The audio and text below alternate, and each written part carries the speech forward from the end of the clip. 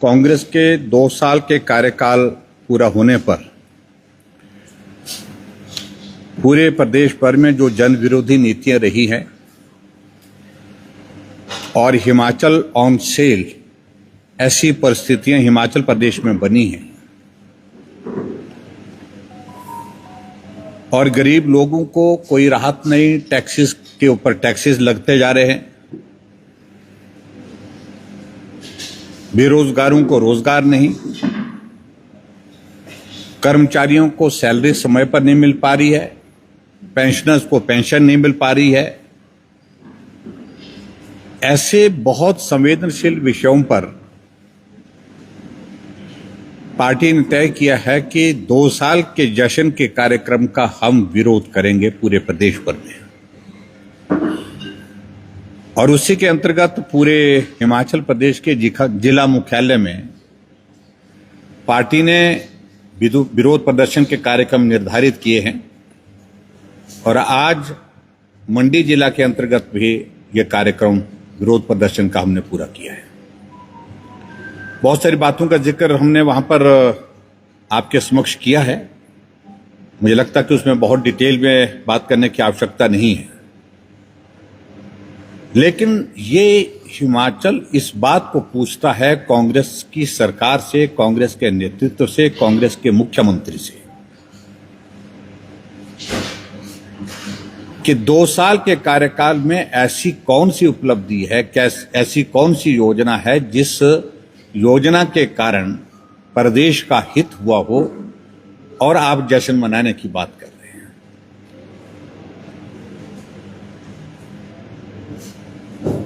गारंटियों के नाम पर आपने 1500 रुपए हर महिला को देने की बात कही थी। वो गारंटी आपने लगभग छोड़ दी है। छोड़ने की बजाय इसलिए मैं बता रहा हूं क्योंकि जिस तरह की उसमें अब कंडीशंस इंपोज कर दी गई हैं, लगा दी गई हैं, मुझे नहीं लगता है कि किसी महिला को उसका लाभ मिल पाएगा।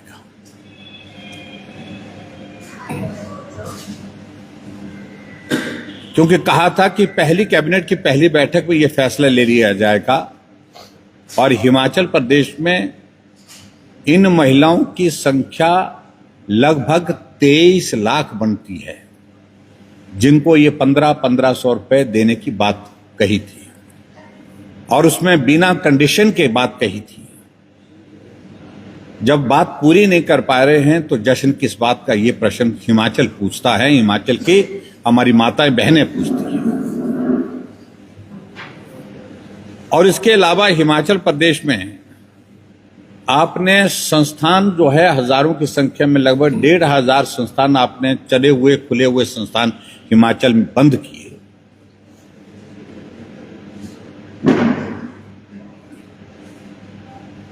उस पर आप कुछ नहीं कह पा रहे हैं।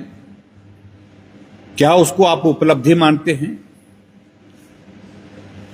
आपने हिमाचल प्रदेश में 2 साल के कार्यकाल में 5 लाख नौकरियां देने का वादा किया था, किसी को नौकरी मिली नहीं। आउटसोर्स कर्मचारी 10,000 से ज्यादा निकाल दिए गए। जो बचे हुए कर्मचारी आउटसोर्स में हैं उनको 4 महीने से सैलरी नहीं मिल पाई। उसके बाद क्या आप उस पर जश्न मना रहे हैं? आपने हिमाचल प्रदेश की हिमकेयर योजना, जो गरीब लोगों के लिए इलाज के लिए वरदान साबित हुई थी, हजारों की संख्या में, लाखों की संख्या में हिमाचल प्रदेश में गरीब लोग उस योजना का लाभ लेकर के अपनी पीड़ा से मुक्त हुए थे। उस योजना को भी आपने लगभग बंद कर दिया। क्या इस बात का जश्न मना रहे हैं? हिमाचल प्रदेश में सहारा योजना के अंतर्गत हमने जो गरीब लोगों के लिए, ऐसे लोग जो बिस्तर पर पड़े हैं, उनके लिए मदद के लिए 3000 रुपये उनके खाते में डालते थे, वो आपने बंद कर दी। क्या उसका भी आप जश्न मना रहे हैं? हिमाचल प्रदेश में जो बीपीएल परिवार की जो बेटी की शादी होती थी, उसमें हम शगुन के रूप में, शगुन योजना के अंतर्गत 31,000 रुपये उसमें देते थे। उस योजना को भी आपने बंद कर दिया। क्या उसका भी आप जश्न मना रहे हैं? हिमाचल प्रदेश में जो पेंशनर्स हैं उनको पेंशन नहीं मिल पा रही है, सैलरी जिनको मिलनी है कर्मचारियों को उनको सैलरी नहीं मिल पा रही है समय पर। क्या उस बात का जश्न मना रहे हैं? हिमाचल प्रदेश में युवाओं को आपने कहा था कॉर्पोरेट फंड आप जारी करेंगे और उसके अंतर्गत स्वरोजगार के उनके लिए आप बहुत सारे विकल्प निकालेंगे, और उसमें कोई प्रगति हुई नहीं। उसके संदर्भ में आपको कुछ कहना है तो वो आपको पूछा जाए तो उसके बारे में आप जवाब दें। आपने हिमाचल प्रदेश में बसों में जो है वो जो लगेज का जो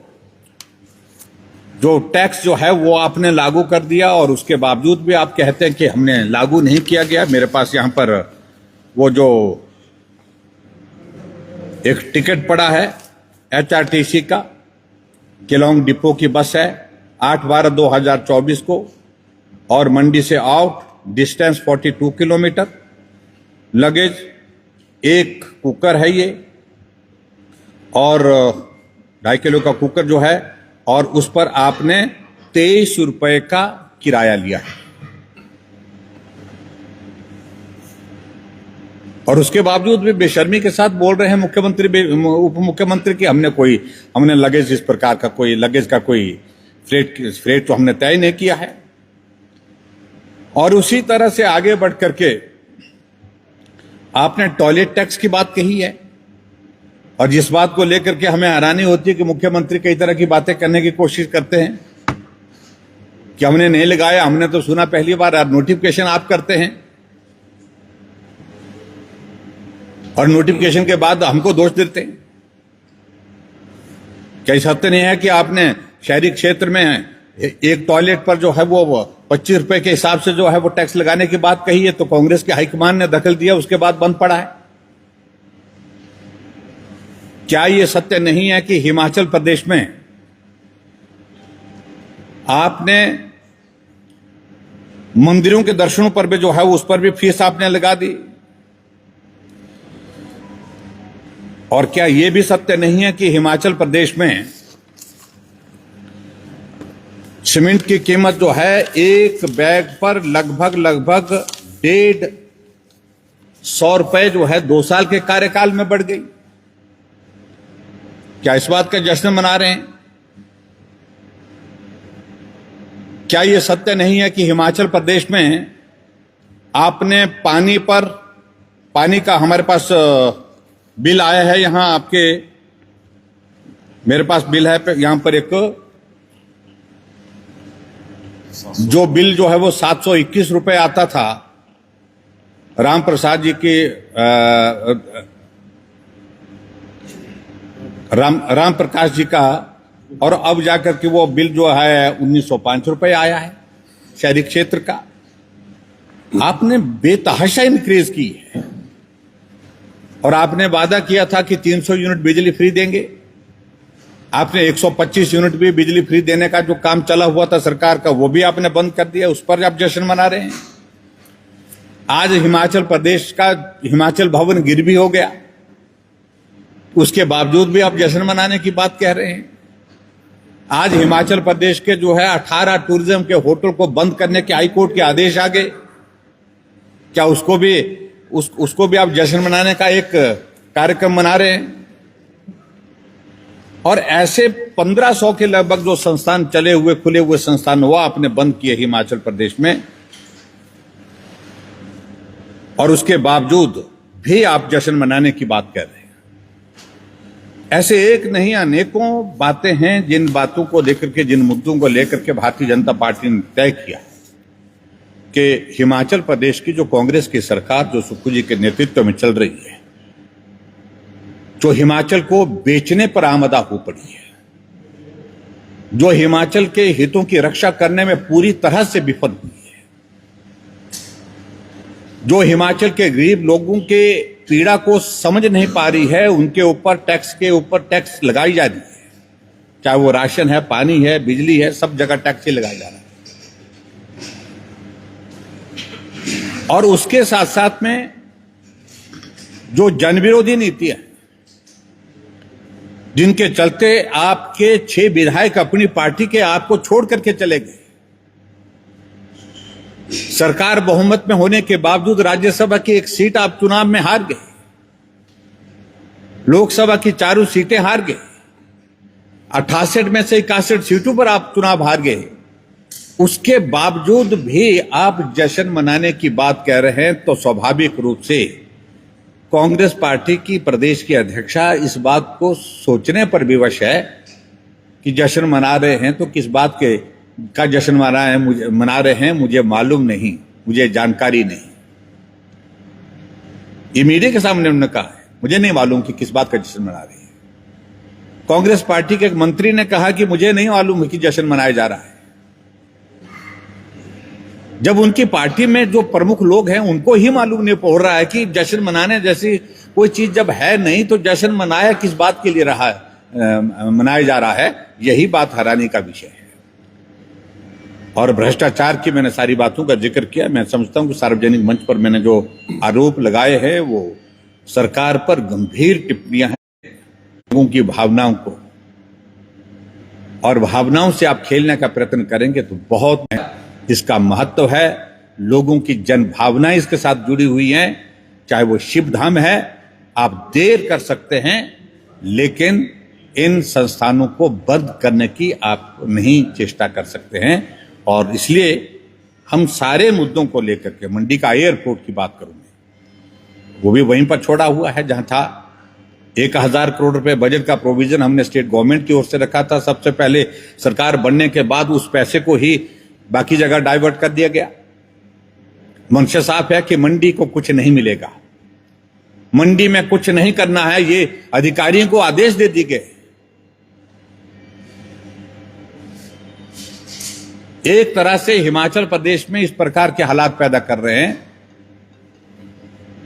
कि जहां भारतीय जनता पार्टी के विधायक चुनकर के आए हैं वहां कुछ नहीं करना है। अभी तक 2 साल के कार्यकाल में मैं दावे के साथ कह सकता हूं, जिम्मेवारी के साथ कह सकता हूं, एक चीज बताएं जिसका शिलान्यास उनने किया हो और उसके बाद उद्घाटन करने का काम भी उनने किया हो।